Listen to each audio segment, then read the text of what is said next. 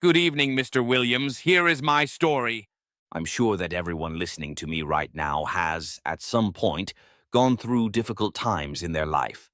There isn't a single person who hasn't experienced sadness, or who hasn't had to struggle with challenging or sometimes confusing feelings. There are occasions when these emotions, born from such complicated situations, can create a hole big enough for us to want to give up and succumb to pain. But we all know there are times when that simply isn't an option. Pleased to meet you all. My name is Ernesto. I have many conflicting emotions as I relive the events that happened because they took place during truly difficult times for me. However, that doesn't mean I feel incapable of telling this story. I'm a truck driver from the city of Pachuca in the state of Hidalgo, and I've lived there my whole life. My life isn't anything particularly noteworthy. You could say I was lucky enough to live a normal life without major complications. That was until my mother passed away a few years ago. My father really couldn't cope with the impact her death had on him, and just a few months later he was completely dependent on alcohol. There was no way to help him, as he simply refused to accept any assistance. Since I was an only child and my father had no other family but me, I essentially had to take on the burden of dealing with his new addiction, something that tested my relationship with my wife. We were planning to have children, but taking care of my father's constant debts put that on hold for a good while. He was truly out of control.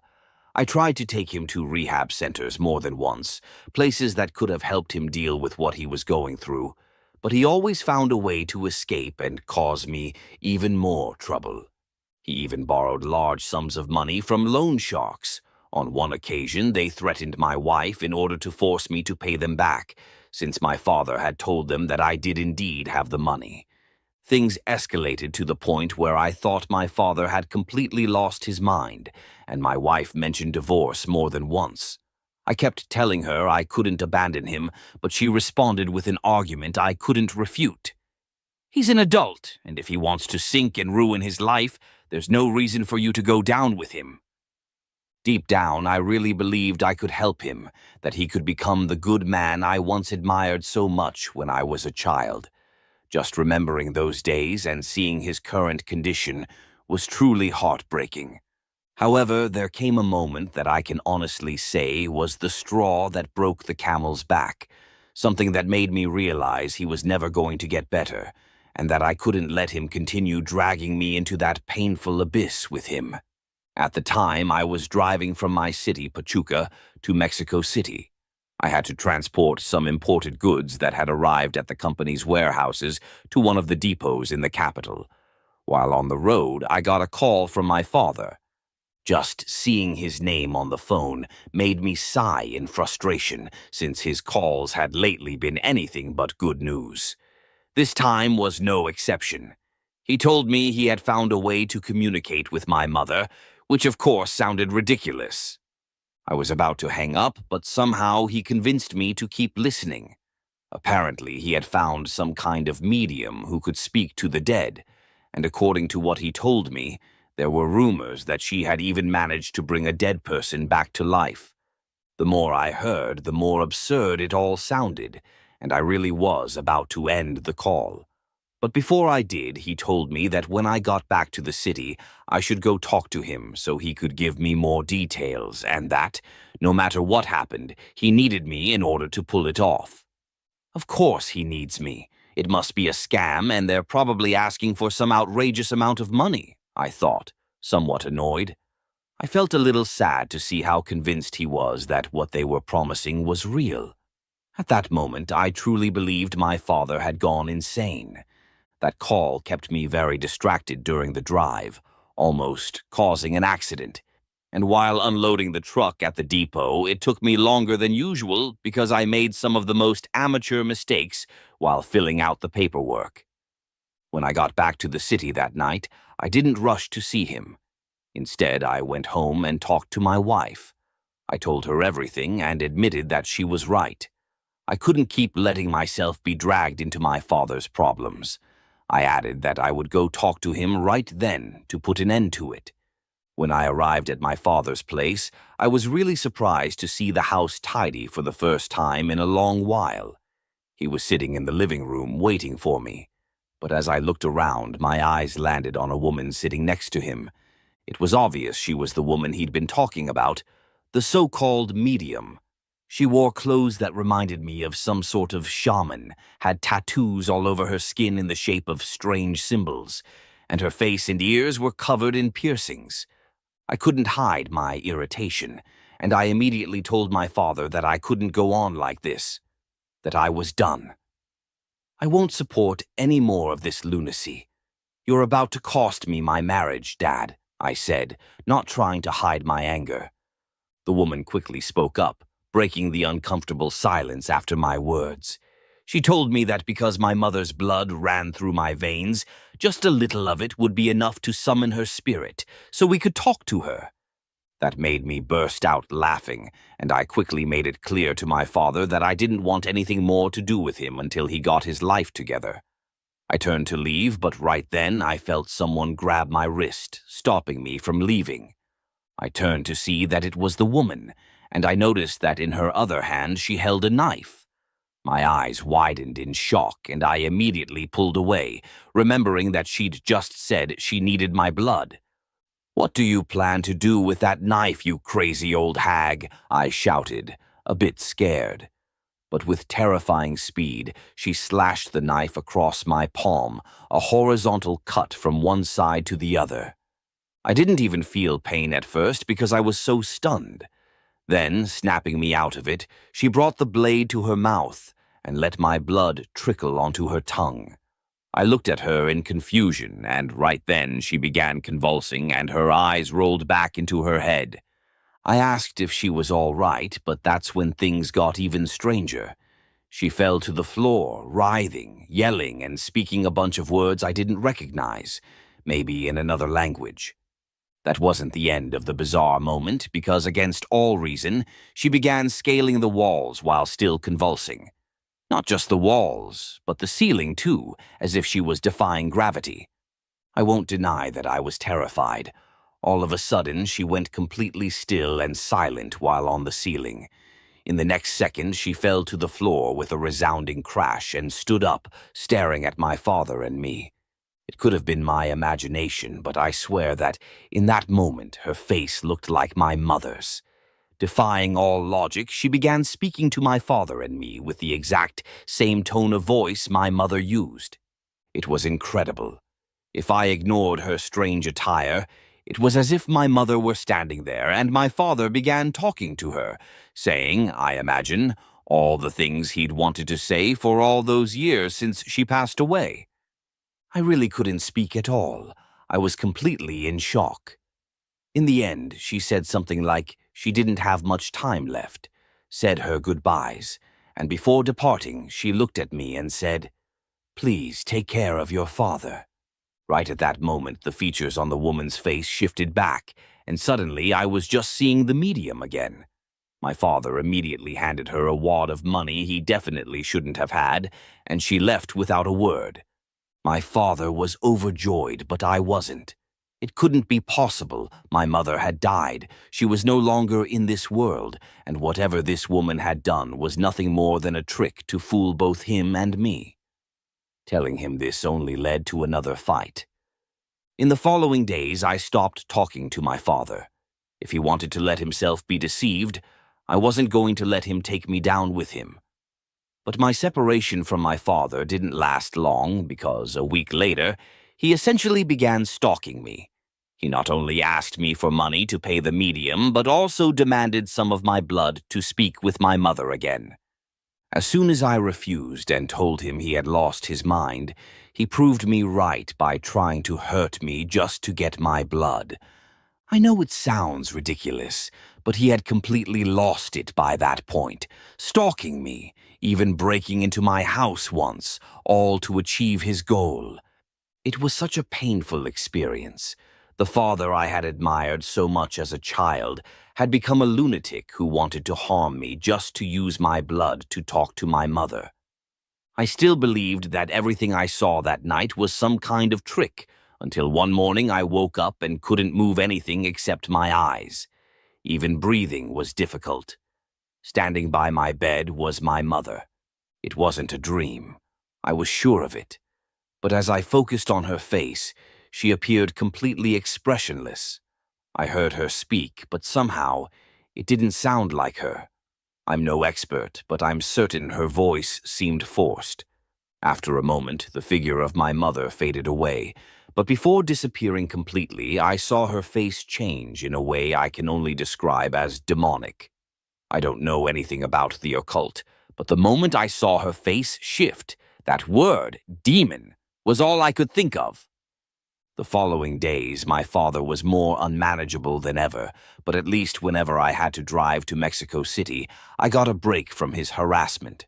I knew I had to do something soon, but these supernatural experiences, seeing and hearing what seemed to be my mother, left me deeply unsettled.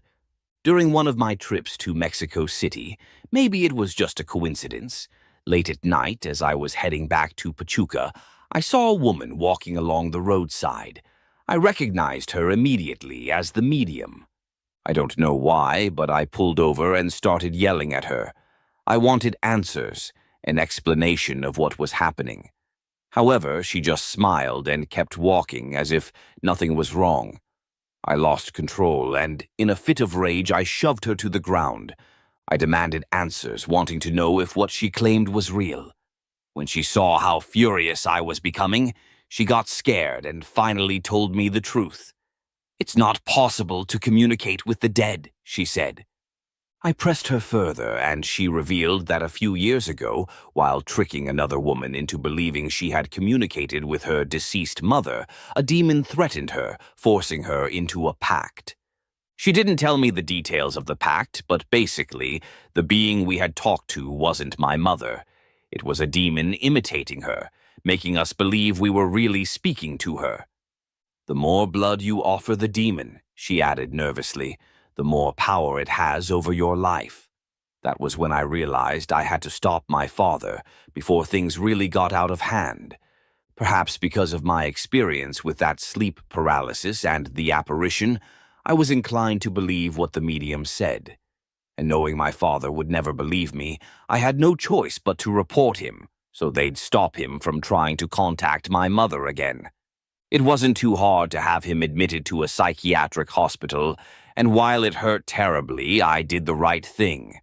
If I had let him continue down that path, the consequences would have been grave. Those first few days were painful, but little by little we got used to the new situation. My father doesn't appreciate my visits at all. He basically hates me because, from his perspective, I turned my back on him and my mother. I've tried explaining to him what really happened, but he never believed me. I decided to share this story on this podcast because, first, no one else would believe me if I told them in person, and second, I recently came across some news that brought everything back to mind. They found that medium in a ditch in the middle of nowhere near a town in Hidalgo. The circumstances of her death were extremely strange. Although her body was found just a few hours after she died, her face was completely disfigured, and all her blood had been drained from her body. Yet there were no wounds or anything that might have caused her to bleed out. According to the report, it was as if her body had simply dried up.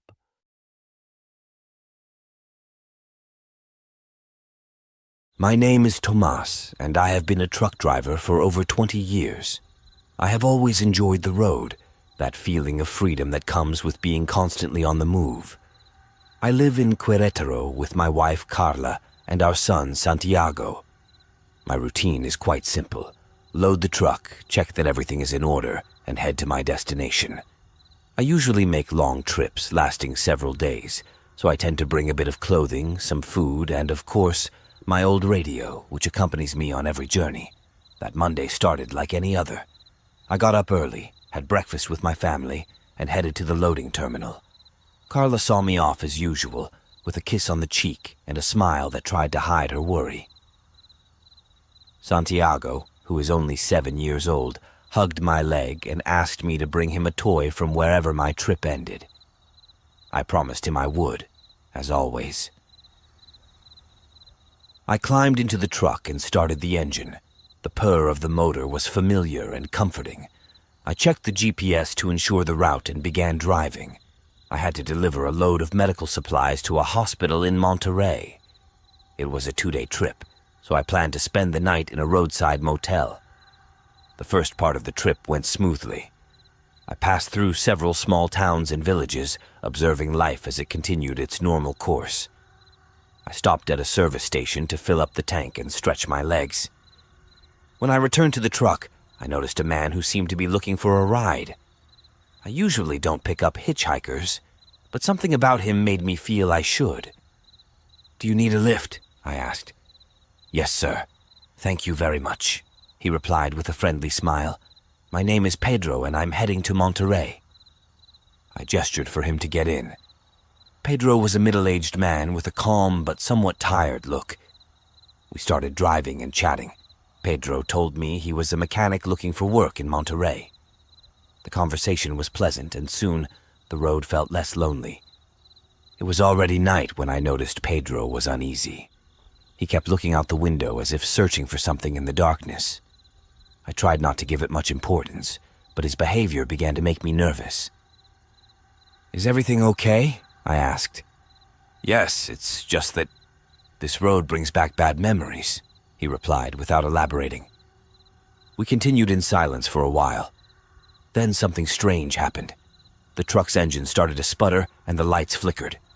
I had never had any issues with my truck, so this caught me by surprise. I decided to pull over to the side of the road to check the engine. "Let me help you," Pedro said, getting out of the truck. We opened the hood and started checking. We didn't find anything wrong, but when I tried to start it again, the engine refused to turn over. We were in the middle of nowhere, with only the darkness and silence of the night around us. "I think we'll have to wait for another vehicle to pass by," Pedro suggested. I nodded, though I didn't like the idea of staying there for long. The road was deserted, and the atmosphere was starting to feel eerie. I took out my phone to call for a tow truck, but there was no signal. For the first time in years, I felt a chill run down my spine. Pedro and I sat in the truck, waiting. It wasn't long before we both started hearing a strange sound. It was like a whisper, but I couldn't tell where it was coming from. Pedro looked at me with wide eyes. "Did you hear that?" he asked. "Yes, but I don't see anyone," I replied, trying to stay calm. Then, out of nowhere, we saw a dark figure moving among the trees at the side of the road. Pedro turned pale and started muttering something I couldn't understand. "What's wrong? What is that?" I asked, but he just shook his head. The figure moved closer, and I could see it had the shape of a woman, though her face was covered by some kind of veil. I felt my heart pounding and knew this was not something natural. Pedro started speaking quickly, telling me a story that sounded like a nightmare. He said he had worked on a nearby road many years ago, and one night, while driving home, he had accidentally run over a woman. Since then, every time he took that route, he saw her figure and heard her whispers. "I should never have come back here," he said, trembling. "She follows me. She doesn't let me be." The fear in his voice was palpable, and although I wanted to believe there was a logical explanation, the figure was still there, watching us. I decided we couldn't stay any longer. "We have to get out of here," I said, trying to sound decisive. "Push the truck with me. Let's move it even a few meters." With great effort, we managed to move the truck and, as if by a miracle, the engine started again. We quickly got in and I accelerated, leaving the figure behind in the darkness. Pedro remained silent for the rest of the trip, and I didn't have much to say either. Something strange and terrifying had happened, and we both knew it. Finally, we arrived in Monterey at dawn. Pedro thanked me and quickly left. I delivered the load to the hospital and headed to a motel to rest a bit before starting the journey back. Despite my exhaustion, I couldn't stop thinking about what had happened. When I got home, Carla and Santiago welcomed me with hugs and smiles. I tried to forget what had happened, but the image of the figure on the road kept appearing in my dreams. Days passed, and I returned to my usual routines, but I couldn't get the experience out of my head. One day, while having coffee with other truckers, one of them mentioned something about the Woman's Road, a local legend about a woman who had died tragically and whose spirit still haunted the area. I felt a chill as I heard the story. I couldn't help but think that maybe, just maybe, I had encountered that woman on my trip. I decided not to tell anyone else about what had happened. Some stories are better left on the road where they belong.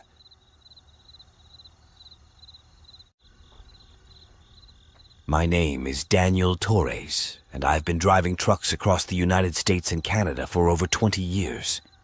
My life on the road has been a mix of routine, long hours of solitude, and occasional interesting encounters with other drivers at rest stops. I have never considered myself superstitious, and although I have heard many strange stories from other truckers, I've always taken them with a grain of salt. It was a summer night when I received an assignment to haul a load from Texas to Ontario, Canada. The trip would be long and lonely, but I was already used to such journeys. The truck was loaded with agricultural machinery, and the company wanted it delivered within a week. I left Houston with a full tank and the thermometer showing 95 degrees Fahrenheit. The first part of the trip went smoothly. Traffic was light, and the roads, though long and monotonous, were in good condition. I passed through Dallas and then Oklahoma City without any issues. I stopped to rest at a service area near Wichita, Kansas, and allowed myself a quick break before continuing. 3 days had passed since I left Houston. I was driving on the desolate highway that runs through North Dakota, a region where civilization seems to have forgotten its existence. Night fell quickly, wrapping the landscape in a deep, almost tangible darkness. There was barely any traffic, and the only sound breaking the silence was the constant purr of the truck's engine. It was then that I noticed something unusual in the sky. At first I thought they were stars, but soon I realized they were too large and bright to be stars. There were 3 lights forming a triangle, moving in sync. My first reaction was to think it was some sort of military aircraft, but something about their movements made me doubt. The lights were slowly approaching, as if they were observing my truck. I decided to stop at the next rest area to get a better look at them. I found a small deserted stop and turned off the engine. I got out of the truck and looked up at the sky. The lights were still there, hanging in the air, making no noise. Suddenly, one of the lights descended quickly and disappeared behind a nearby hill. The other 2 lights remained stationary, as if they were waiting. I returned to the truck, trying to rationalize what I had just seen. Maybe it was just a helicopter or a drone, I kept telling myself. But deep down, I knew something was off. I started the engine and continued on my way, hoping to leave that disturbing experience behind. I had not driven more than 15 minutes when I felt a strong jolt at the back of the truck.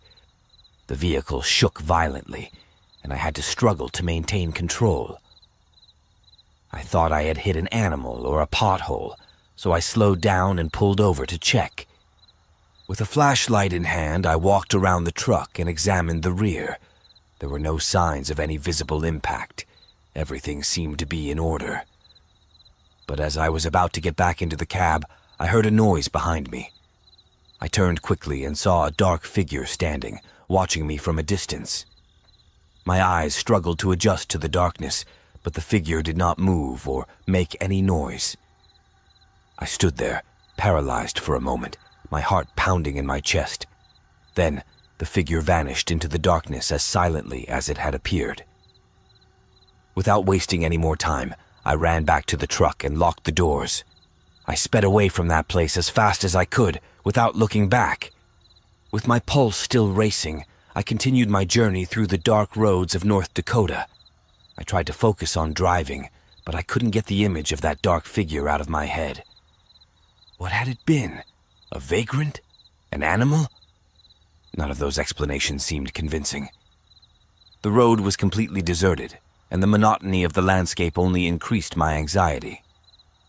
I decided to turn on the radio to distract myself. I tuned to random stations, but only found static and strange music I had never heard before. Finally, I found a station broadcasting local news and tried to concentrate on that. Then, it happened again. I saw in the rearview mirror how the lights in the sky reappeared, this time closer. My heart raced, and I felt a cold sweat run down my back. The lights seemed to be following me, maintaining a constant distance. I tried to accelerate, but no matter how fast I went, the lights were always there, floating in the distance. I decided I needed help. I desperately looked for a sign of life, some indication that I was not alone on that endless road. Finally, I saw a sign for a truck stop 5 miles ahead. I sped toward it, hoping to find someone who could offer me an explanation. I arrived at the truck stop and parked next to 2 other trucks. I got out of the vehicle and headed to the diner, which was still open. Inside, I found a couple of truckers having coffee and chatting. I approached them and told them what I had seen. To my surprise, they did not laugh or treat me like I was crazy. Instead, one of them, an older man with a gray beard, nodded slowly. "You saw the lights, didn't you?" he said quietly. "You're not the first, and you won't be the last." He explained that those lights had been seen by several truckers over the years. Some said they were UFOs, others believed they were secret military experiments. No one knew for sure what they were, but everyone agreed it was best not to draw too much attention. After listening to their stories, I decided it was best to follow their advice. I finished my coffee, thanked the truckers for their words, and returned to the truck. I was determined to complete my delivery and get out of that state as quickly as possible. The following days passed without incident. The lights did not reappear, and the figure in the darkness seemed like a distant memory. Finally, I reached Ontario and made the delivery. I felt an enormous sense of relief leaving that trip behind. Now, every time I drive on a lonely road at night, I can't help but look up at the sky, expecting to see those lights again. Although I have never had a similar experience since, the memory of those days in North Dakota stays with me always. I don't know what those lights were or who the figure I saw in the darkness was, but I know there are things in this world we cannot explain, and sometimes it's best not to seek answers. I just hope I never encounter the unknown on my journeys again.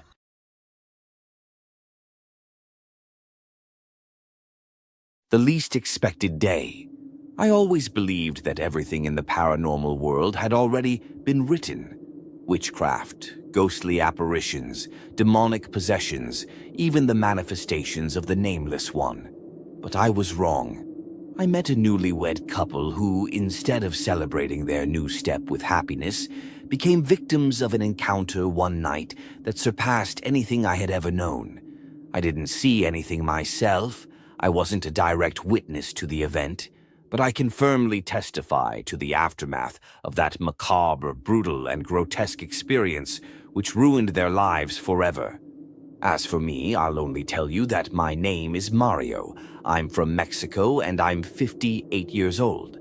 The protagonist of this story, or rather the only one still with us today, allowed me to share what they endured with one condition: not to reveal their real names or too many details of the events, especially not their location.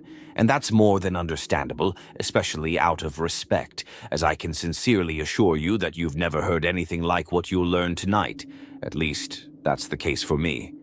Having clarified this, I will now recount what happened back in 1992. We knew each other for as long as I can remember. We were born in the same town, and since we went to school together, I can also say we practically grew up together.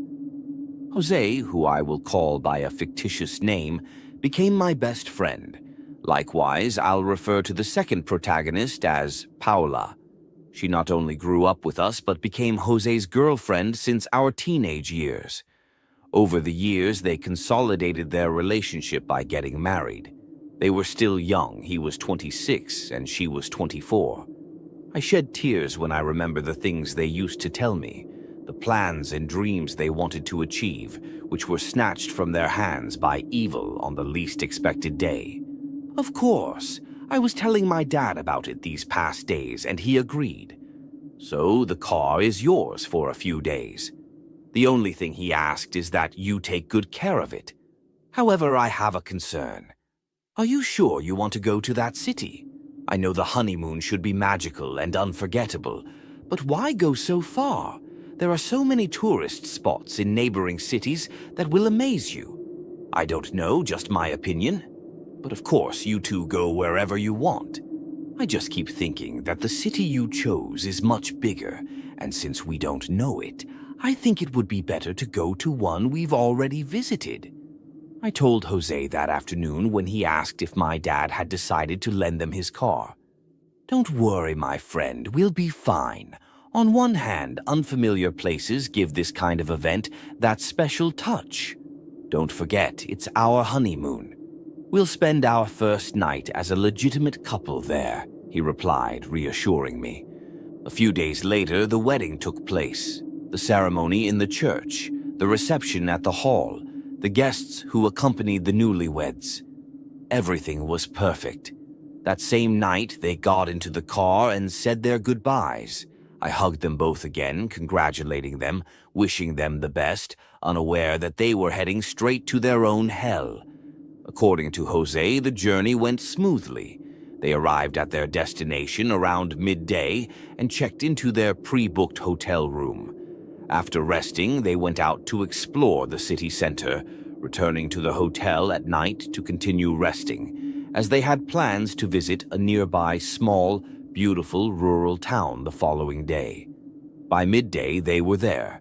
The only unpleasant part was the drive through the dirt road leading to the town, surrounded by wilderness and silence, giving it a somewhat eerie atmosphere. The plan was to stay there for the day, rest in a rental apartment, and head to another town the next morning. That evening, they looked for a bar to unwind for a few hours, have dinner, and finally head to bed. It was in that very place where the unexpected happened, and perhaps that's where it all began. Jose told me the bar, though modest, had a pleasant atmosphere. There were other people enjoying drinks, but it was a particular small group of 5 visibly intoxicated men that stood out. At first, they were having fun without causing trouble. The problem began when Paula got up to go to the bathroom. Jose stayed at the table, unconcerned, until minutes later when he heard her shout his name. Looking up, he saw her, returning, but being held by one of the men from the group, who was disrespectfully trying to hug her. As you might imagine, Jose lost it, quickly running to free her, which led to a fight. Thank God it was brief. While Jose was fighting the man, the bar owner and employees immediately intervened, preventing the situation from escalating. The men seemed ready to kill Jose, advancing towards him with knives in their hands. The altercation ended with my friends heading to the apartment, and the drunkards still in the bar, arguing with the staff. Paula was crying, and Jose was still furious about what had happened. An hour later, when they thought it was all over, the group of troublemakers, led by the man who started it, showed up outside the apartment, shouting for Jose to come out and continue the fight. The apartment owners called the local police, who arrested the group, or so Jose thought. Half an hour later, they began preparing to leave the town immediately. Soon after, they were driving along the road, trying to escape the nightmare, both submerged in a sea of desolation and frustration. But as often happens, evil didn't stop its pursuit of causing harm and pain. Just a few kilometers away, the true horror of this story unfolded. They started hearing strange noises coming from the woods alongside the road.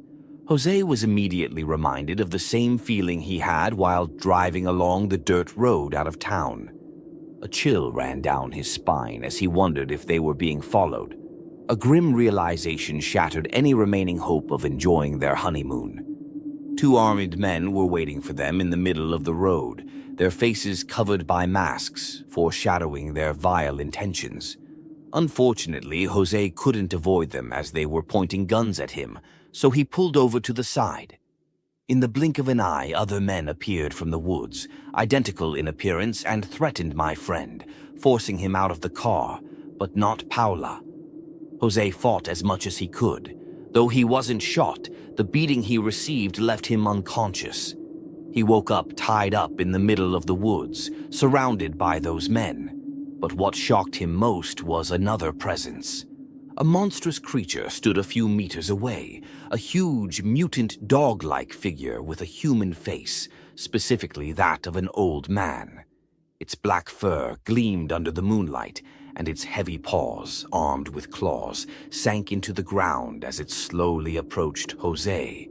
When it stopped nearby, as if in a sick illusion, Jose watched the beast begin to rise on its hind legs. The word Nahual flashed in his mind, and nothing could contradict his thought when the creature, unsatisfied with the terror it had already caused, took it beyond imagination. "We hate outsiders here." The hoarse voice of the Nahual chilled Jose's soul. He tried to stand and run, but couldn't. His body was too broken to allow it. The criminals accompanying the creature rushed to strike him again. Vulnerable and defenseless, Jose dared to ask the Nahual what it wanted, while coughing up blood that stained the ground, where he collapsed once again. "We don't care about you. We've already got what we wanted." That was the last thing he heard before being struck unconscious once more, though not before realizing that Paula wasn't there, and that several men he had seen earlier were missing. The same image of his beloved froze his senses when he woke up. Summoning all his strength, he searched for the road where the car and Paula had been left. He doesn't remember how long it took, but when he found it, he felt his life slipping away. Paula lay unconscious on the ground beside the car, her face bloodied, her clothes torn. No one else was around. They were exposed, their lives shattered on that dark road, with the moon as the only witness to the abrupt end of their dreams and goals, which they would now never fulfill. Only Jose and my family heard this story from him. I still remember when he told it, his body trembling, his voice breaking, his face soaked with tears. It was the crude proof that what they had lived through was undeniably real. Paula never recovered. Unable to bear the terror and panic she lived with, she took her own life months later. As I mentioned at the beginning, I omitted several details, but if the ones I included are enough for you to find this story terrifying, imagine how you'd feel if I told you everything. A monster, no, a cursed demon, is what took their dreams, goals, and plans, and yet many questions remain unanswered. Was there more than one Nahual? Because they swear several were following them. Who were those two men waiting for them? It seems it was an ambush, and if so, why? How did they know Jose and Paula would pass through there? Was it random? We don't think so, given that the creature told Jose we already got what we wanted, clearly referring to Paula, who was left at the mercy of the other men. She was brutally assaulted, but they left her alive, knowing she could have recognized them. Or maybe their intention was always to let her continue living in agony, knowing that she would eventually end it herself. And then there's Jose. His survival was nothing but a way to keep torturing him. To this day, there are many reports of missing people on that stretch of road. Could it be the same criminals? And if that's the case, it chills me to think that the townspeople could be involved, something we may never know. And to finish, were those drunkards from the bar the same men who, joined by others, chased them down until they caught them? Why didn't they take advantage of that dirt path to catch them before reaching the road, where there were more chances of being discovered committing such a heinous act? But without a doubt, considering everything previously mentioned, that old pervert was the damned Nahual that ruined both their lives. How cruel fate can be. No newlywed couple would ever think that while celebrating their honeymoon, a peculiar incident would prompt a group of scoundrels to mercilessly and shamelessly change their lives forever on the least expected day.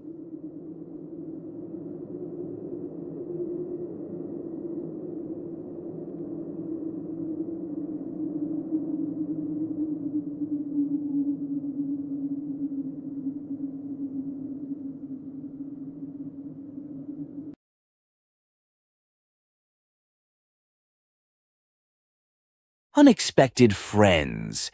It all began when I moved houses. I had lived with my parents for many years, and as my wife and I were expecting our third child, our home was becoming too small. My parents agreed to the move, though my mother was a bit sad at first because she would miss her grandchildren, my wife, and me. The new house wasn't far, just a few kilometers away, but my parents, who were older and still working, started visiting us less frequently. At first, they came 4 times a week, then only once a month. It was then that strange things began to happen. My name is Martin Ramirez. I'm from Cordoba, Argentina, and I work as a truck driver. It's a profession I learned from my father, who is now retired. I worked in the same company where he spent his entire career, and he was the first to be surprised when I began telling him what was happening to me. "Dad, you won't believe what happened on my last trip. I was at the company, ready to leave, when I suddenly smelled a very unusual floral perfume. I thought maybe a secretary had passed by, but I didn't see anyone. I didn't pay much attention to it, but when I tried to start the truck, the engine wouldn't turn over. Sebastian, the maintenance guy, checked the vehicle and found that the brakes were faulty. If the engine had started, I probably would have had an accident. My father was upset at first, but calmed down when he saw that, thanks to God, nothing serious had happened. However, on my next trip, something similar occurred. This time I was driving down a deserted road in the middle of the night. I smelled the flowers again and saw an elderly couple crossing the road in a deserted area. I braked to avoid hitting them and thought about offering them help. I got out of the truck, and just then, another truck coming from the opposite direction crossed a bridge that collapsed. The other driver died instantly. If I hadn't stopped for the elderly couple, it would have been me. My parents were incredulous when I told them this. My mother, in particular, looked at me in a strange way, as if she knew something I didn't. Strange things continued to happen. A few days later, I parked the truck to rest and make some coffee. An old car stopped in front of me, and 3 people got out, a pregnant woman and 2 men. We chatted for a while, and they asked me for coffee. While I was making the coffee, I heard their terrified screams. They ran to their car and left in a hurry. Later, I found out from the news that they were criminals who had robbed another traveler and were caught by the police shortly after fleeing from me. Something supernatural had saved me again. The events continued, always preceded by the smell of flowers. One day, a colleague, Jorge, told me he had seen me traveling with several different people, all with expressionless faces. I realized that these companions were spirits that I couldn't see. I went to talk to my mother, and she took me to her garden, where she had an altar dedicated to the souls in purgatory. She prayed to them every day for my protection. Since then, I have become devoted to the souls in purgatory, though I ask them not to show themselves to me. I learned that they can intercede for us, and my experience is proof of their power. The elderly couple who saved me from the bridge and the spirits who scared off the criminals were souls who came to my aid, thanks to my mother's prayers. I call them unexpected friends, though my mother prefers to call them friends from beyond. The strange experiences didn't end there. One day I was driving down a lonely road in the middle of the night. The sky was clear, but there was no moon, making the darkness more intense. Suddenly, the smell of flowers filled the cabin of my truck. I already knew what that aroma meant, so I started paying attention to anything unusual. In the distance, I saw a figure standing in the middle of the road. As I got closer, I saw a man in old-fashioned clothes, like from the early 20th century. He seemed disoriented and didn't move, so I braked sharply and got out of the truck. "Are you okay, sir?" I asked, but he didn't respond. He just looked at me with a vacant expression. As I tried to approach him, I felt a chill run down my spine. Then I saw another truck approaching quickly from the other side of the road. I didn't have time to react. The other truck passed right where I would have been if I hadn't braked. When I looked again, the man had disappeared. I got back into the truck and continued my journey, still trembling from what had just happened. That night, when I reached my destination, I called my mother and told her what had happened. She reminded me to always carry a blessed rosary and to keep praying to the souls in purgatory. Another terrifying experience happened a few weeks later. I was driving at night when I saw flashing lights in my rearview mirror. I thought it was the police, so I slowed down and pulled over. However, when the lights got closer, I realized there was no vehicle behind me. They were just lights floating in the air. Despite my fear, I stayed in the truck and watched as the lights moved around me, as if inspecting me. After a few minutes, they disappeared as quickly as they had appeared. Later, I learned that a fatal accident had occurred on that same road years ago, and that other drivers had seen the lights too. The most unsettling situation I experienced was when I picked up a hitchhiker. He was a young man who seemed lost and grateful for the ride. We chatted for a while, but I noticed his answers were vague and evasive. After a while, he fell silent and stared out the window. When I asked if he was okay, he didn't respond. When we reached his destination, I turned to say goodbye, but he was no longer in the seat. He had vanished without a trace. I felt a chill and searched the entire truck, but found no sign of him. When I told my mother, she said he might have been a restless soul seeking comfort. Since then, whenever I smell flowers, I know something unusual is going to happen. The souls in purgatory have become my guardians, protecting me from invisible dangers. I have learned not to fear them, but to thank them for their constant vigilance. Now, every time I go on a trip, I carry a small image of a saint and silently pray for protection and guidance.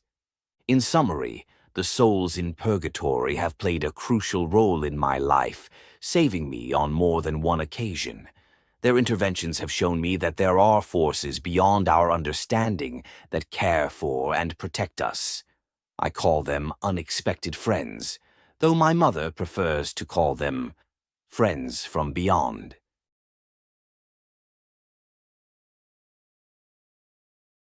The Enigma of the Lonely Road.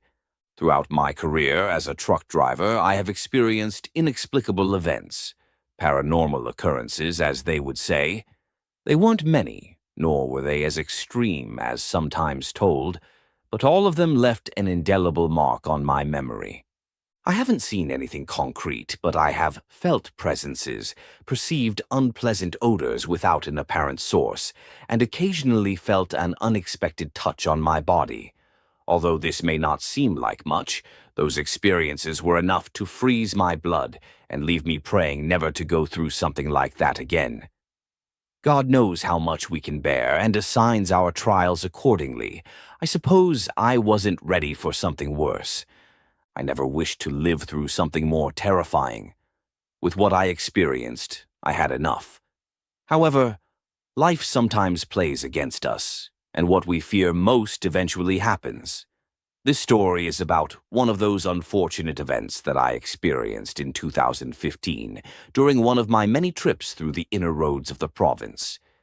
My name is Javier Lopez. I am from Chile, currently 42 years old, and still driving trucks. This experience was the result of my own imprudence. I have always been extroverted and sociable, a virtue that I question today. Now, when I find myself parked on a lonely and dark road, I prefer to stay in my own space. It was a Tuesday.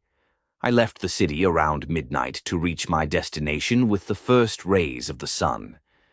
That particular route was a kind of shortcut, little traveled and unlit, surrounded by forests. Everyone preferred the main route, longer but better lit and safer. But I always chose the old road. I knew it like the back of my hand and never had any problems on it. However, it had been 3 months since I last traveled it, but that didn't bother me at all. It was 3:45 in the morning when I checked my cell phone. The connection came back in that area, and messages started coming in. That was the only thing I didn't like about that route. The connection was constantly lost. Among the messages, one from the owner of the company to which I was delivering the cargo caught my attention. We had agreed that he would wait for me at 7 in the morning at the warehouse, but now he said he wouldn't be there until 9. This annoyed me, since those extra 2 hours took away valuable time. I parked on the side of the road and tried to call him, but the connection wasn't enough. While thinking about what to do, I cursed a little. I decided to wait, so I took a chair from the cabin, grabbed my thermos, and sat down to drink some mate under the starry sky. Everything was going well until a man appeared. I was sitting a short distance from the truck door, which I had left open to ventilate. While pouring the mate, I saw a figure out of the corner of my eye. When I turned, I saw that it was a man. He stopped dead when he noticed that I had seen him. The first thing I thought of was my gun in the cabin, but I tried to stay calm. The man seemed to be of medium height and robust, although I couldn't see his features well. A few seconds passed, and as I thought more clearly, I supposed that if he had bad intentions, he would have approached more stealthily. By how he behaved, he seemed to be afraid. I decided to greet him by raising my hand. The man began to walk toward me, but with slow, hesitant steps. I don't understand how I was so stupid to feel compassion for him. I thought he would be a young man or an old man. As he approached, I started talking to him. This made him stop again, perhaps surprised by my greeting. He resumed his steps after a few seconds, showing that he was beginning to trust me. When he was close enough, I could see details that gave me a chill. He wore a shirt and pants, both dirty and worn. His face was equally dirty and seemed to be about 40 years old. I realized that his behavior was due to his situation. When he was a few meters from me, he stopped again. I asked him not to be afraid and offered him a mate. Only then did he approach, but when he was in front of me, I noticed something I hadn't seen before. His smell was unbearable, a stench of decomposition that made me instinctively step back. "Take it, friend, no shame. Have a mate," I said, trying to hide my repulsion. He didn't respond, he just stared at me, unblinking. The smell of decay intensified, and I had to cover my nose. This affected him as he took a step back. "No, it's okay, I apologize," I said, trying to ease the situation. But my words caused him to do something that deeply disturbed me. He began to unbutton his shirt, revealing putrid skin full of maggots and flies. He couldn't be a living man. He was a decomposing corpse. Panic took over me. I ran in the opposite direction, crossing the fence that divided the forest from the road. I ran like a madman, screaming in terror. The corpse kept appearing in front of me, in my path. I fell several times, and finally, in the middle of the forest, I found a tree with a rope.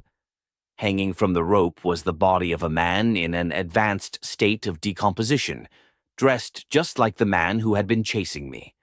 I spent the rest of the day at the police station, who didn't believe me when I told them about the body. In the end, it was clarified that it was a missing local. According to the sheriff, his soul manifested to guide me to his body so it could be found. This is the first time I have made my experience public. Only my family and close friends knew about it. I wholeheartedly wish that soul is now resting in peace. But I pray to God that it never manifests to me again, because even if it's just to thank me, his harmless gesture would make me shiver in terror once more.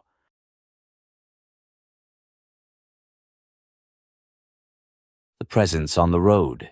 It was a Friday night in October, the early hours had fallen, and the atmosphere was calm compared to previous nights. I was passing through the last town before reaching my destination in the city. Despite everything seeming to be in order, I decided to pick up a young man hitchhiking by the roadside. When I slowed down, I had already passed him and had to stop further ahead, making the young man run towards me. His joy upon approaching the truck was evident. I had never picked anyone up from that place, but I had heard that people from that area were honest. "Hello, friend. Where are you headed?" I asked when he reached the door. "Good evening, sir. I'm going to the city. Thank you so much for stopping. At this hour, it's hard to find a taxi, and I need to get there as soon as possible," he responded as he got in. He said his name was Juan and told me he was going to the city to see his girlfriend, whose parents were out for a few hours. He wanted to take the opportunity to be alone with her. I smiled as I listened to his story, reminding me of my own youthful experiences. As we traveled the 20 minutes to the city, Juan wouldn't stop talking, laughing, and joking. Suddenly, a strange smell began to invade the cabin. The windows were open due to the heat, so I tried to convince myself that the bad smell was coming from outside, but when I noticed that Juan had fallen silent, I knew something was wrong. I turned to look at him, intending to keep the conversation going, and, ironically, I was about to mention the smell, hoping he would notice it too. But seeing the extreme fear on his face, I knew there was nothing more to do. I decided to remain silent, not knowing how to react. With pity, I asked what was wrong and if the smell bothered him.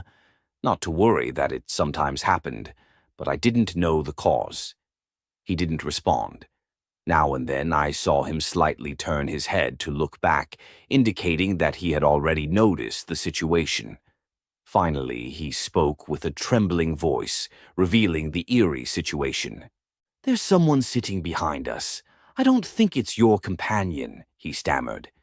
If there's something good to rescue from that moment, it was Juan's courage in not asking to be let out immediately or screaming in fear.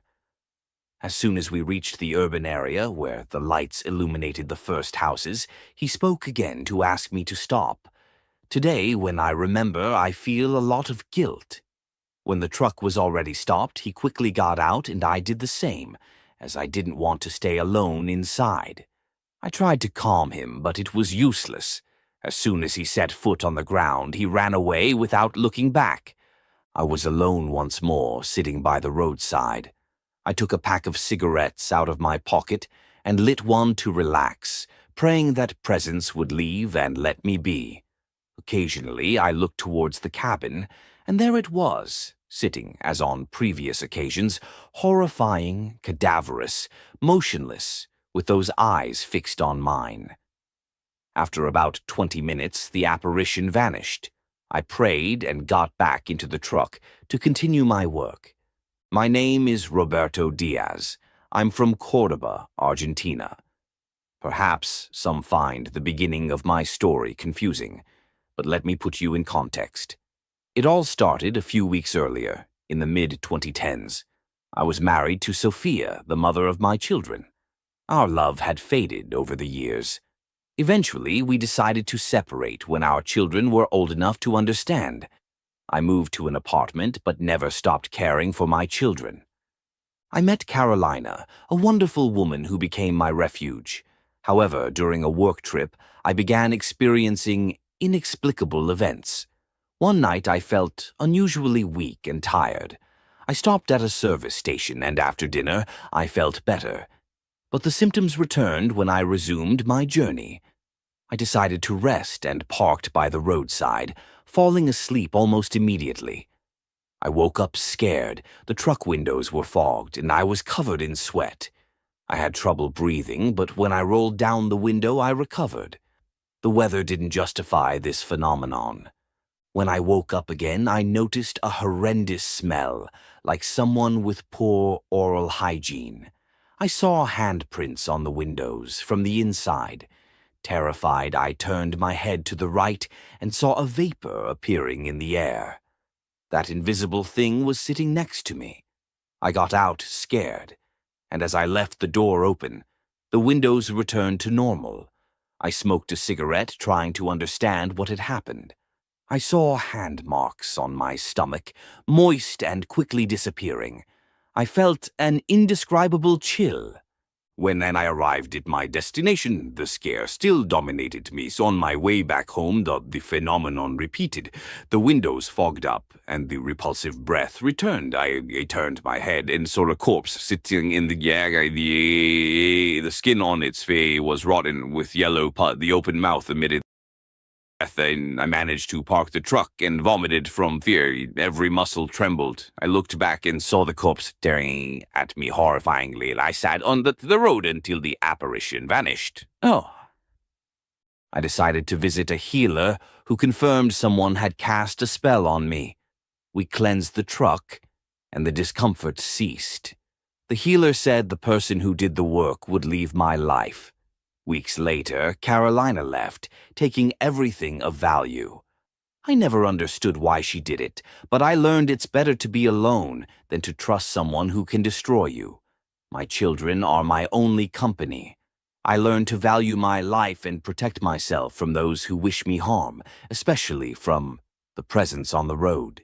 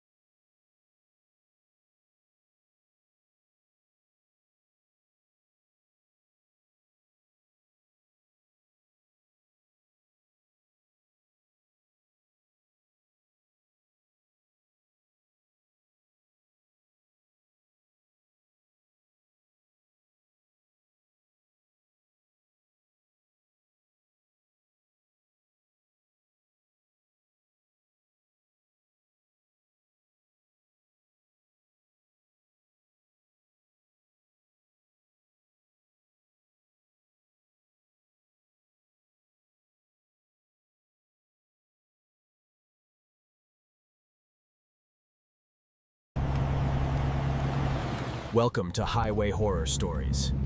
You've tuned in to Tales of the Highway's Haunts. The Toll of Hatcher's Run.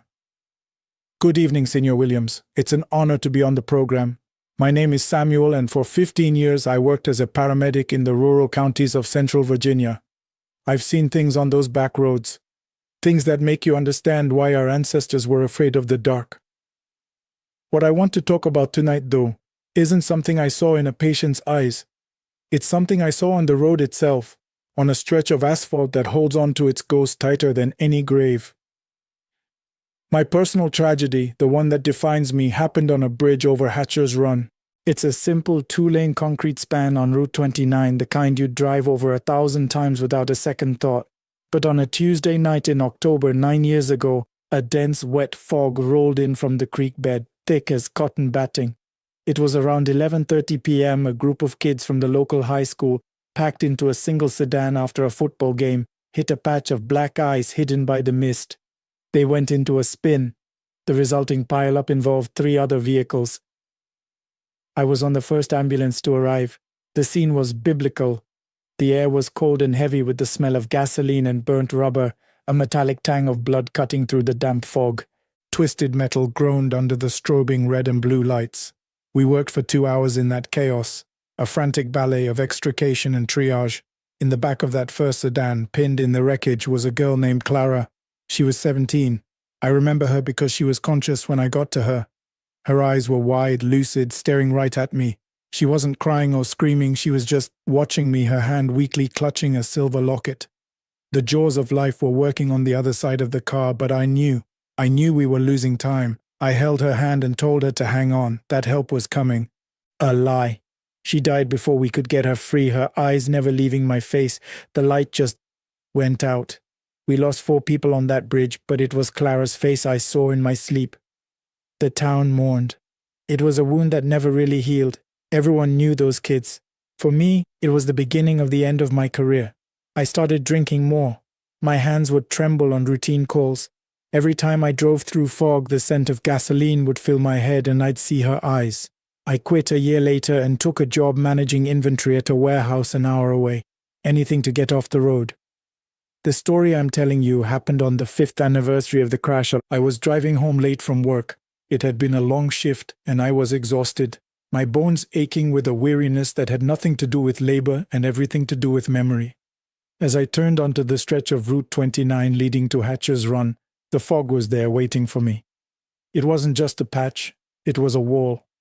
A silent white ocean that swallowed the asphalt 100 feet ahead of my truck. My knuckles went white on the steering wheel. My heart began a slow, heavy drumbeat against my ribs. Just a coincidence, it's a low-lying area, it's just weather. I slowed the truck to a crawl, maybe 15 miles an hour, my headlights diffusing into a useless, milky glow. The silence was the worst part. The engine's hum seemed muffled, the world outside the cab erased. There were no crickets, no wind, just the soft hiss of my tires on the wet pavement. I felt it then, a prickling on my arms, the kind of static charge you feel before a lightning strike. A sense of being watched not by a person but by the night itself. My thoughts drifted back to that night.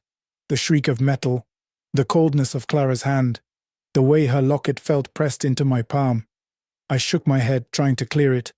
Don't do this to yourself, Sam. It's over. That's when I saw the first flicker of movement at the edge of the fog. It was a shape, tall and thin, standing just off the shoulder, right before the bridge's guardrail began. I eased my foot onto the brake, the truck slowing to a near stop. It was a person. My first thought was a stranded motorist, but they were just standing there, motionless. As I got closer, my headlights caught more detail.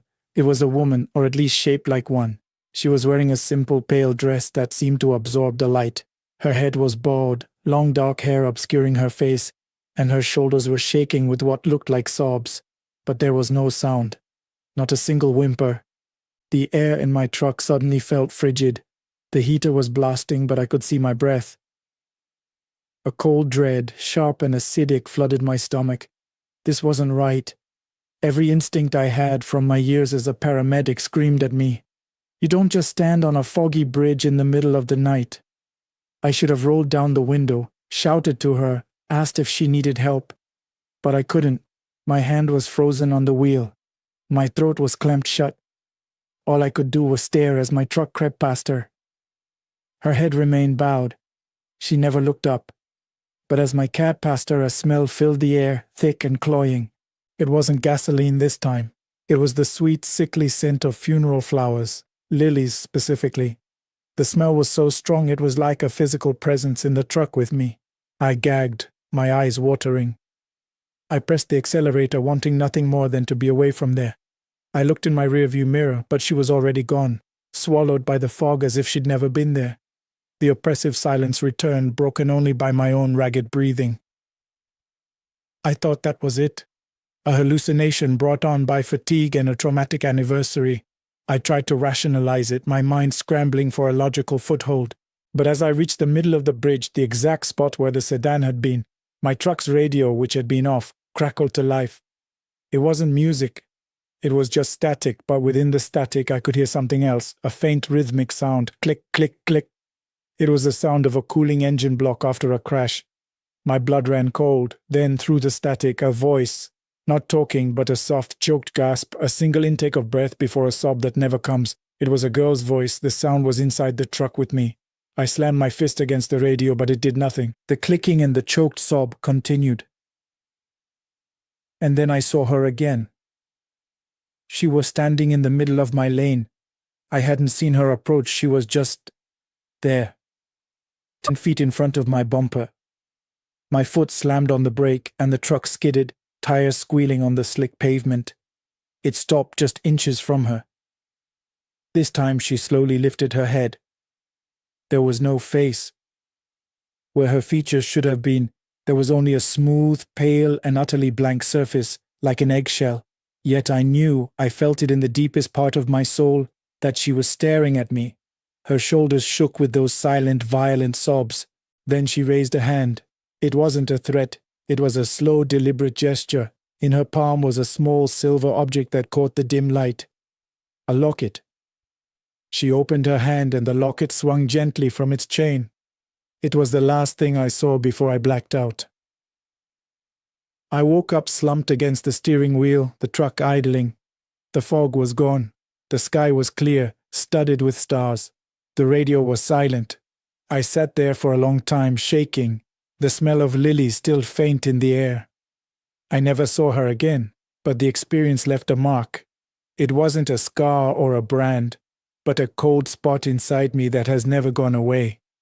I don't believe she was there to harm me. I think she was just showing me that some tragedies create an echo and some places never let you forget the price that was paid on their asphalt. That was my story. Let's keep listening. What the dust remembers. Hello, Senor Williams. My name is Arthur, and I'm a geologist. I spend most of my time in places people have forgotten, reading the history of the land in layers of rock. But a few years ago, in the Chihuahuan desert of West Texas, I learned that it's not just the rock that has a memory. Sometimes the dust does too. The company I was working for had me surveying a stretch of land out past Marathon, heading toward the Big Bend region. It's a harsh, beautiful country. The sky is immense, and the silence is so profound it feels like a pressure in your ears. The sun beats down with a physical weight. I was based in a dusty, half-dead town, a collection of crumbling adobe and rusted tin roofs. The real target of my survey, though, was about 20 miles further down a cracked two-lane highway, a ghost town called Ocotillo, which had been a thriving mercury mining community back in the 30s. The town I was staying in had a story about Ocotillo. In 1938, a section of the main mine shaft collapsed. It wasn't a massive cave-in, but it was unstable. It trapped a crew of 17 men. The problem was the cinnabar, the mercury ore. The rescue was slow and dangerous, hampered by the risk of more collapses and the toxic fumes. It took them 4 days to reach the men. By then, it was too late. All 17 had suffocated. The mine was declared unstable and sealed for good. Without the mine, the town died. The families drifted away, leaving their houses and the graves behind. The whole community just evaporated. Driving out to Ocotillo each day was an experience. The heat was a living thing, shimmering off the asphalt in waves that made the distant mesas tremble. The landscape was all muted browns and pale greens, skeletal Ocotillo plants reaching for the sky like desperate hands. The air smelled of dust and creosote. There was a profound loneliness to it, the feeling that you were the last man on earth. But under that loneliness there was something else, a stillness, a sense of waiting. I started my work taking samples, mapping strata. During the day, it was just a job. Hot, tedious work. But as the sun began to dip, painting the sky in violent shades of orange and purple, the ruins of Ocotillo would take on a different character. The wind would whisper through the empty door frames of the miners' shacks. Shadows stretched and twisted into unsettling shapes. I always felt an urge to pack up and leave before true dark set in. A primal feeling of being watched by the vacant windows. One afternoon, near the sealed entrance of the old mine, my boot kicked something in the dirt. It was a tin lunchbox, rusted but intact. The clasp was frozen shut. I spent a few minutes working it with my rock hammer, and it finally popped open. Inside, nestled in the dust, was a tarnished silver picture frame holding a faded photograph of a woman and 2 small children. On the back, scratched into the metal, was the name Hector. I felt a sudden, intense chill despite the 100-degree heat. I wasn't just holding an object, I was holding the last thing one of those 17 men had ever touched. A final connection to a world he never returned to. I shouldn't have, but I took it. It felt important.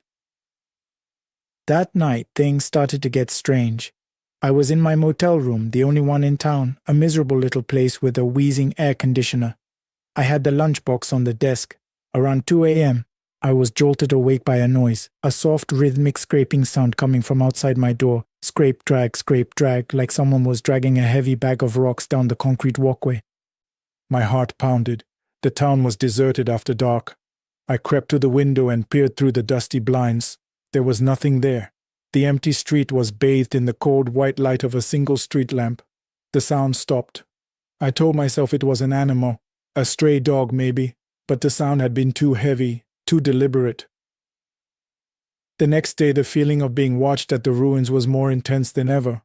I kept glancing over my shoulder, expecting to see someone standing there. The silence felt different too. It wasn't empty anymore. It felt occupied. That afternoon, as I was packing my gear, a sudden gust of wind kicked up. It wasn't a normal wind. It was a hot, swirling vortex of dust that formed right in the center of the main street.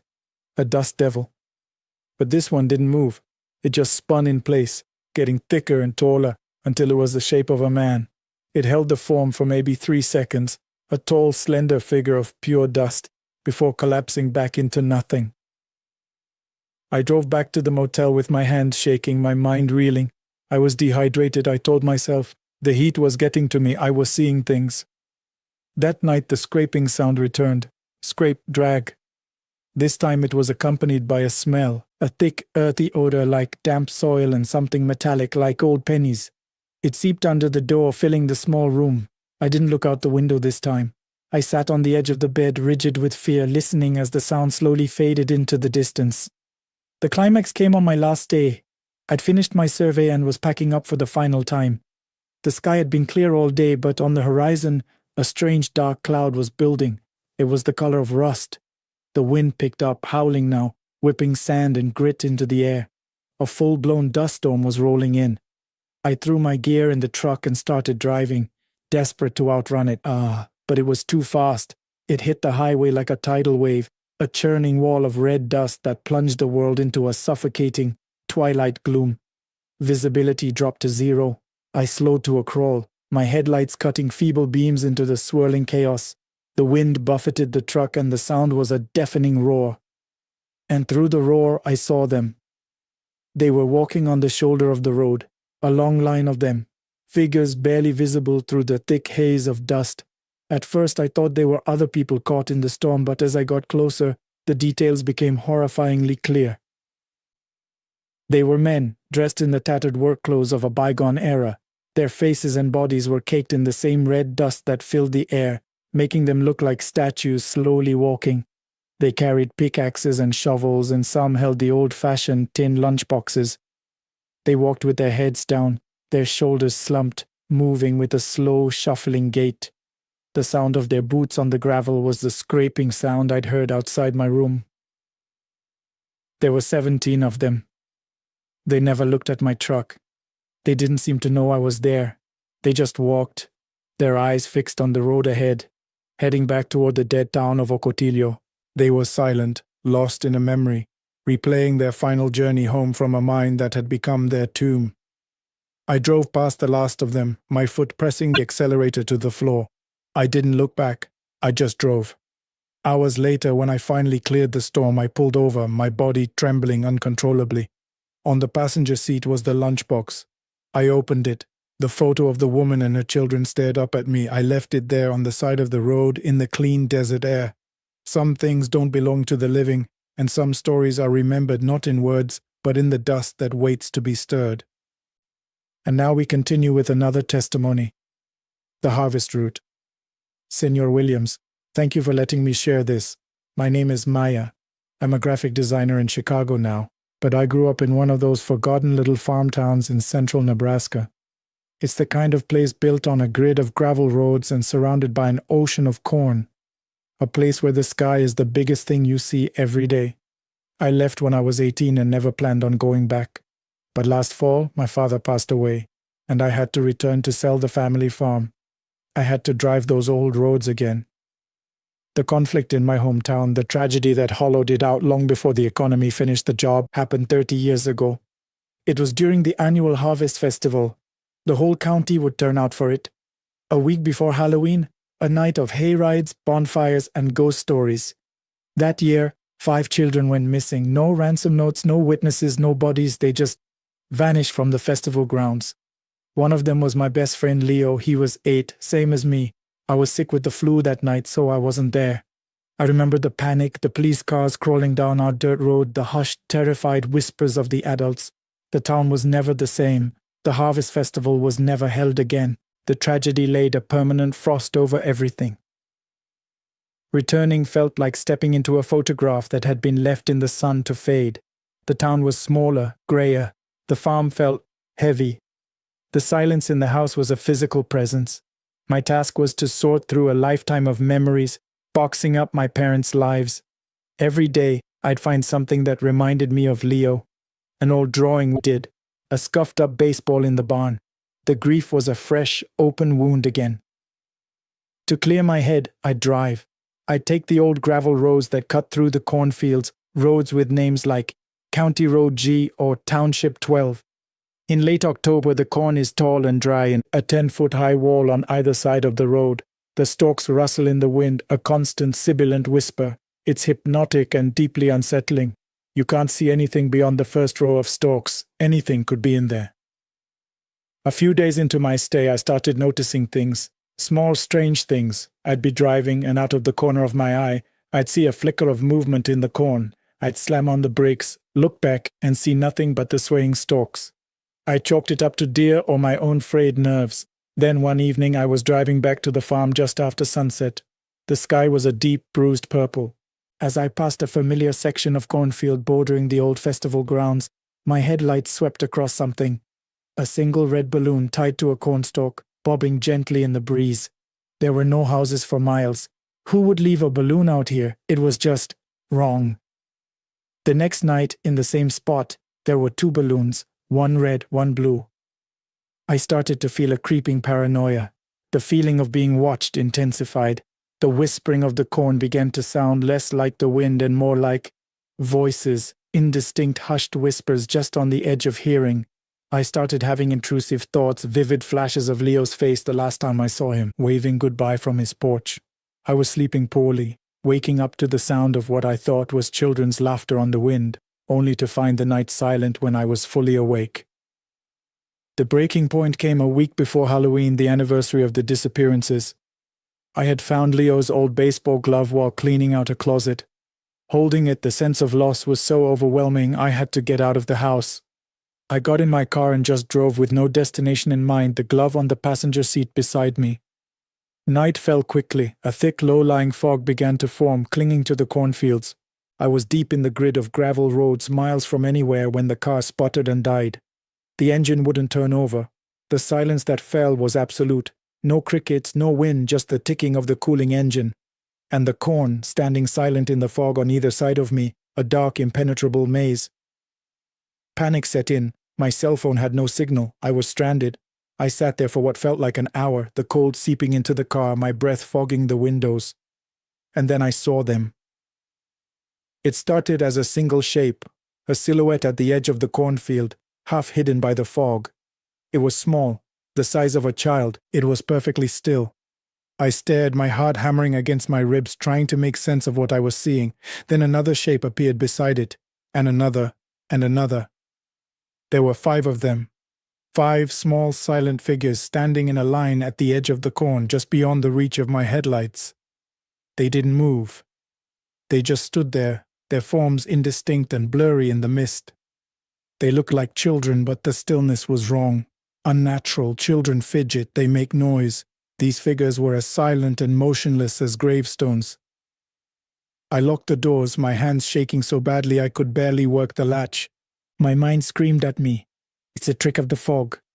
It's just shadows. But I knew it wasn't. A cold, certain dread settled in my gut. They were watching me. One of them took a single slow step forward, out of the corn and onto the gravel shoulder. My headlights illuminated it more clearly. It was a boy, wearing what looked like old-fashioned clothes. His face was a pale oval, his features indistinct. But his eyes, I couldn't see them, but I could feel them. They were fixed on my car. He lifted his hand, not to wave, but just held it up, palm facing me. He stood like that for a full minute. The others remained at the edge of the field, unmoving. A tear rolled down my cheek. I wasn't just scared, I was heartbroken. In that small, silent figure, I saw all the lost children, all the years of my town's unanswered grief. I don't know why, but I looked at the passenger seat, at Leo's glove. When I looked back up, the boy on the road was gone. The other 4 figures were gone too. I sat there, trembling, for another 10 minutes before I tried the ignition again. The engine roared to life on the first try. I drove straight back to the farmhouse, packed a single bag and left. I left the boxes, the furniture, the memories. I left the key on the table and drove all night until the sun came up and the cornfields of Nebraska were hundreds of miles behind me.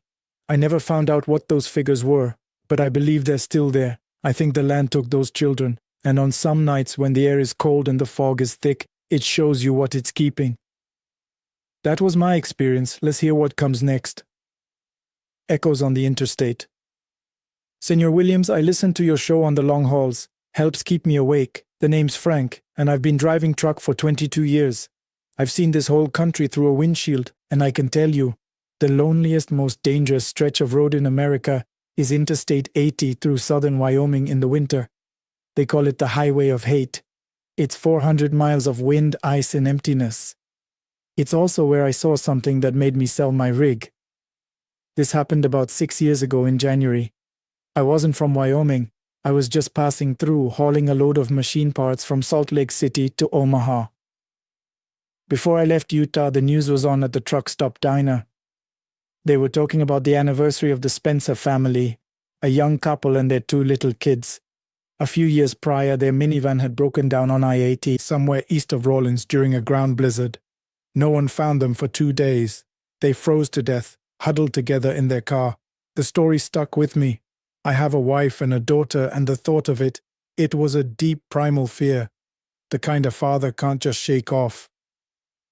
As I headed into Wyoming, the weather was already turning. The sky was a solid sheet of metallic gray. The wind was picking up, rocking my trailer. The electronic signs over the highway were already flashing warnings. Blizzard conditions ahead.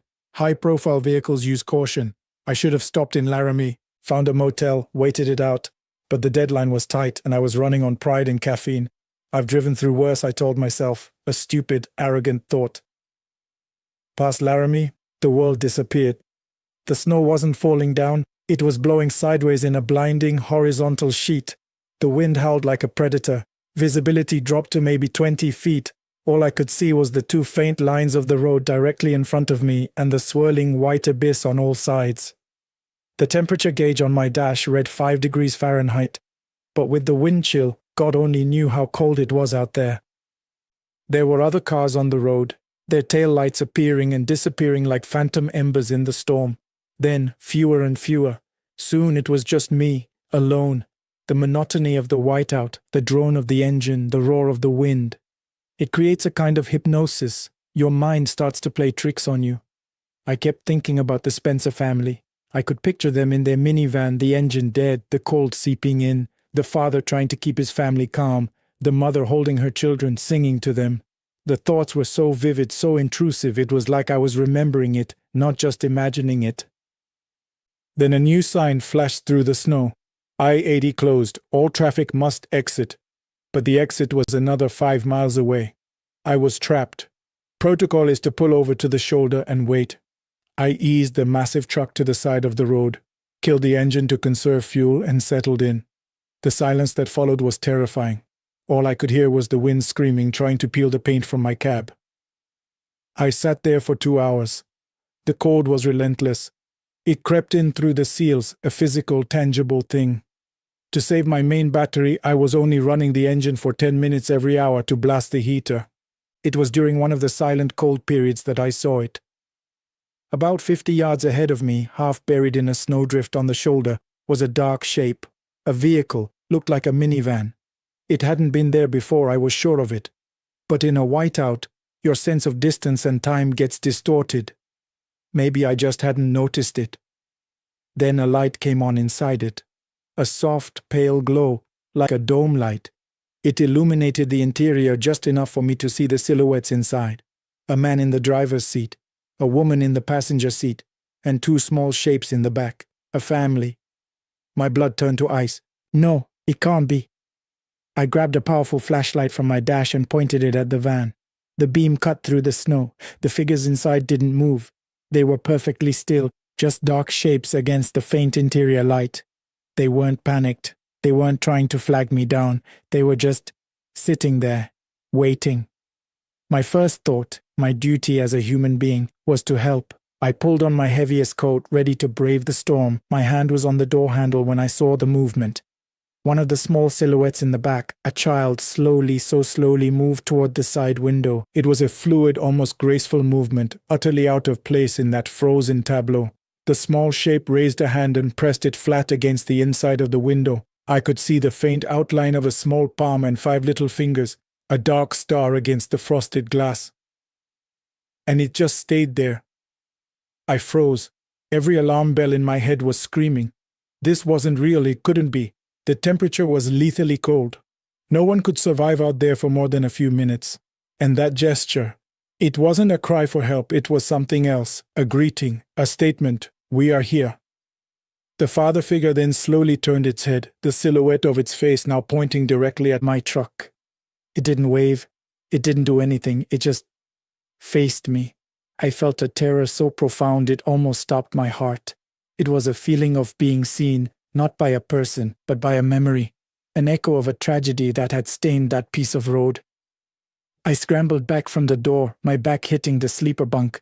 I couldn't take my eyes off them. I watched, paralyzed for what felt like an eternity. The hand stayed on the glass. The father's head stayed turned towards me. The dome light never flickered. A snowplow saved me. Its massive yellow lights appeared behind me like the sunrise, its horn blasting, waking me from my trance. The driver's voice on the CB radio was a godsend, announcing the highway was reopening. As the plow passed me, its lights washed over the minivan. And there was nothing there. The snowdrift was there, but the van was gone. There were no tracks, no sign anything had ever been there. I followed that plow all the way to Cheyenne. I checked into a hotel, but I didn't sleep. I just sat in a chair and stared at the wall until morning. The next day I called my dispatcher, told him I was dropping the load and taking a bus home. I sold my truck a week later. I couldn't do it anymore. I couldn't sit in that cab alone in the dark without seeing that small hand pressed against a frozen window, a silent echo on a highway that never forgets its dead. This was my testimony, Senor Williams. Let's continue with the program. The Last Procession. Good evening, Senor Williams. My name is Julian, and I'm a photojournalist. I specialize in stories about vanishing cultures, the places and people being erased by the modern world. 2 years ago, I was working on a piece about the coastal erosion in southern Louisiana, down in the bayou. I was documenting a small Cajun town called Ile de Jean Charles, a place that is literally being swallowed by the rising Gulf of Mexico. The story was about loss of land, of homes, of a way of life. But the real tragedy, the one that haunts me, was the loss of their dead. The town is on a tiny ridge surrounded by marshland, connected to the mainland by a single 2-lane road that is often flooded. For generations, their community life centered around their church and the cemetery beside it. It was a traditional above-ground cemetery, with whitewashed tombs and ornate iron crosses, a city of the dead rising out of the wetlands. But the water was winning. The land was sinking. The salt water was killing the oak trees and cracking the tombs. The dead could no longer rest in peace. The state was relocating the remaining residents, but you can't relocate a cemetery full of your ancestors. The community was grieving for the living and the dead simultaneously. I spent a day there talking to the last few families. The air was thick and heavy, smelling of salt, decaying marsh grass, and diesel from the shrimp boats. It was oppressively humid. The people were stoic but heartbroken. An old woman named Elodie, her face a roadmap of wrinkles, told me the most chilling thing. I had asked her what would happen to the cemetery. She just looked out at the water, which was already lapping at the edge of the burial grounds, and said, "The dead need a dry place to rest, mon cher. When the water takes them, they have to walk." Her words hung in the air, not as a metaphor, but as a statement of fact. My story jumps around a bit, Senor Williams, because the memory itself is fractured. Flashback, that afternoon. I'm walking through the cemetery with my camera. The water is inches from the nearest tombs. Some have already tilted, their foundations eroded. It's quiet except for the cry of gulls and the gentle slap of water against the sinking land. There's a feeling of profound desecration in the air. I take a picture of a cracked tomb where a tangle of mangrove roots is prying the marble apart. A feeling of being an intruder, a vulture documenting a sacred death, settles over me. Present, that night. I'm driving away from the island, back towards Homa. It's late, close to midnight. A storm is brewing over the Gulf and the sky is a starless, inky black. My headlights are the only light for miles, cutting a tunnel through the darkness. The road is elevated, a thin ribbon of asphalt with black water on both sides. The air is electric with the approaching storm, and the humidity is so thick that the world outside my windshield seems to smear and distort. My car radio is playing faint Cajun music, but it keeps cutting out, replaced by bursts of static. Flashback. That evening, I'm sharing a cup of coffee with Elodie on her porch, which is propped up on stilts. The sun is setting. She's telling me stories about the people buried in the cemetery, her husband, her parents, her grandparents. They talk to you in here, she says, tapping her chest. They don't like the water. They are restless. The way she says restless makes the hair on my arm stand up. There's no fear in her voice, only a deep, weary sorrow. Present. The car. The rain starts. Big fat drops that splatter against the windshield. The static on the radio gets worse. I'm tired. My mind a jumble of the day's images and stories. The road ahead seems to stretch into infinity. I pass a sign that says mainland 5 miles. The feeling of isolation is total. That's when my headlights catch them. They are on the shoulder of the road walking. It's a long line of figures, maybe a dozen or more, walking single file. My first rational thought is that it's some of the residents walking for what? There's nowhere to go. There are no houses, no lights, nothing but road and water. I slow the car down, my heart starting to thud against my ribs. As I get closer, I see that they are all dressed in dark, simple clothing, the kind you might see in old photographs. Their forms are indistinct, wavering in the humid air and the falling rain. They walk with their heads down, their pace slow and deliberate, a procession. They pay no attention to my car as I crawl past them. I stare, trying to see their faces, but they are all obscured by shadow or the downturn of their heads. They are utterly silent. No sound of footsteps on the wet asphalt, no murmuring, nothing. Just the sound of my engine in the rain. The air in the car becomes cold, clammy, and a smell fills it, the smell of damp earth, of wet stone and something else. The faint, sweet scent of decay. They are walking away from the island, away from the cemetery. Elodie's words echo in my head. When the water takes them, they have to walk. I press the accelerator, my mind refusing to accept what my eyes are seeing. I don't look in the rearview mirror. I can't. I fix my eyes on the road ahead and drive, my knuckles white on the steering wheel. The radio dies completely, leaving only a low hum. The last thing I remember from that day is my final flashback, which hits me as I finally reach the solid ground of the mainland. Flashback, Elodie's porch. As I was leaving, she grabbed my arm. Her grip was surprisingly strong. She looked me dead in the eye and said, "If you see them on the road tonight, you keep driving, you don't stop. They are not walking for you. They are just looking for a dry place to rest." I never published the photos I took that day. They felt cursed. I think about that road sometimes, about that silent, sorrowful procession walking away from their flooded graves, forever searching. And I wonder if they ever found a dry place to rest. Blacktop Psalm. Good evening, Senor Williams. My name is Miguel Ortega, a flatbed driver out of Zacatecas. I'm 42, and this happened on Federal Highway 54, around kilometer 27, where the mesquite leans in like it wants to hear the motor. I'd loaded limestone beams for a night drop near Villanueva. The air was dry enough to fray a throat. Dust ran across the lane in sheets. Since my brother's shop accident 2 months before, I'd been driving with my hands too tight on the wheel, seeing his empty seat every time I glanced right. Past the KM25 roadside cross, 2 short taps of the horn for him, my private ritual. The radio sank into a soft hiss. The power lines ahead rose and fell like a pulse. Then I found the 3 hazard triangles set in a careful line before the bend where the guardrail ends. No vehicle, no smoke. Just that metallic breath from the radio and a smell beneath the dust, wet copper, like a coin pressed to the tongue. I braked onto the shoulder, hazards ticking, grabbed the first triangle, the second. At the third, right at the kink, I saw a stain on the asphalt, dark as a question mark that forgot its answer. My fingertips came away cold, as if the road stole heat.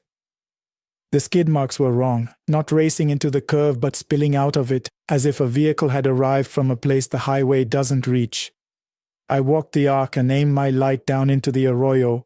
Dust turned the beam into a pale column, a church candle. In that column, I didn't see a face. I saw a posture, shoulders hunched, hands pulled to the chest like a man carrying a jack. My brother's old habit, a slight tilt when he couldn't hear me over an engine. The radio hiss deepened, the kind that finds your teeth. I kept still. The triangles bit my forearm through my jacket. Behind me, by my truck, new marks stippled the dust, footsteps careful enough to blur at the heel, as if passive hands were dragging. They led not from the arroyo but toward it, from my open door to where I stood. I arranged the 3 triangles on the gravel, neat as an offering. A dragging sound rose from below. Fabric over stone. Stop, start, stop, start. Something pressed the steel toe of my boot, not a hand, a cool weight like iron leaning to be lifted. I crouched, palms out. The weight arrived exactly how I remember a jack feels. Its mean bite into the hands, and I pulled as if something could be saved if I did it right this time. My breath hammered. The stain slicked my soles. The shape in the column did not move, it only watched, head tipped, patient. The weight fell away. My hand snapped up empty. The radio clicked to static, ordinary as rain. A dog barked twice somewhere the road doesn't go. I returned to the cab to find the door half closed, as if someone had held it, careful not to slam. On the passenger seat lay a single smear of grit, curved like an L. I delivered the beams. Next day I bought the expensive jack with the redundant lock. I avoid Highway 54 at night, but sometimes at red lights the radio finds that hiss again, and a brief wait sits across my palms, long enough to remind me there's a bend in the world you only notice after it takes something. That's my account. Let the next voice take the wheel. The Underpass Choir. Good evening, Senor Williams. I'm Daniel Rivas, EMT in Monterrey. This runs under Avenida Constitucion, near the Santa Lucia exit, where the pillars are ribs and the echo turns breath into a second person. A month earlier, my partner Tere and I lost a boy named Mauricio in a rollover. After his funeral, someone called the station and left the phone open on a table. Dishes scraping, a radio whispering, a house that couldn't let a breath out. Rain held the city 6 days and let go on the 7th. That night the air was pure clean and our dispatch sent us to a possible pedestrian down under the overpass at 213. Anonymous caller. The siren's tone fattened under concrete. Above us, feet crossed the upper deck, rubber squeaks, a crowd at funeral pace. No body at the pin. Instead, a neat run of collapsible cones, each nicked at the base like something had tested its teeth there. Wet cement, old urine, a faint exhaust that lived in the drains. The cabin light in our rig flicked on without the door. The gurney strap stood a fraction as if tugged by a draft that wasn't there. We followed the cones to their tidy triangle. In the center, a ring of oranges, navels out, not spilled but set. When I knelt, my knees sank into water that clung heavy, syrup-thin and cold. The footsteps above stopped. A new sound took their place. The soft sink of many people breathing through their noses, the hush that turns into music if you stand in it too long. A woman stepped from behind a pillar. She didn't talk. She placed her palm on concrete, then her forehead to her hand, and cried the kind of tears that move so easily they might be sweat. White nurse shoes, leather cracked. Another person joined her, then another. Soon each pillar had a forehead, a palm, a shoulder rising in small waves. Tear whispered.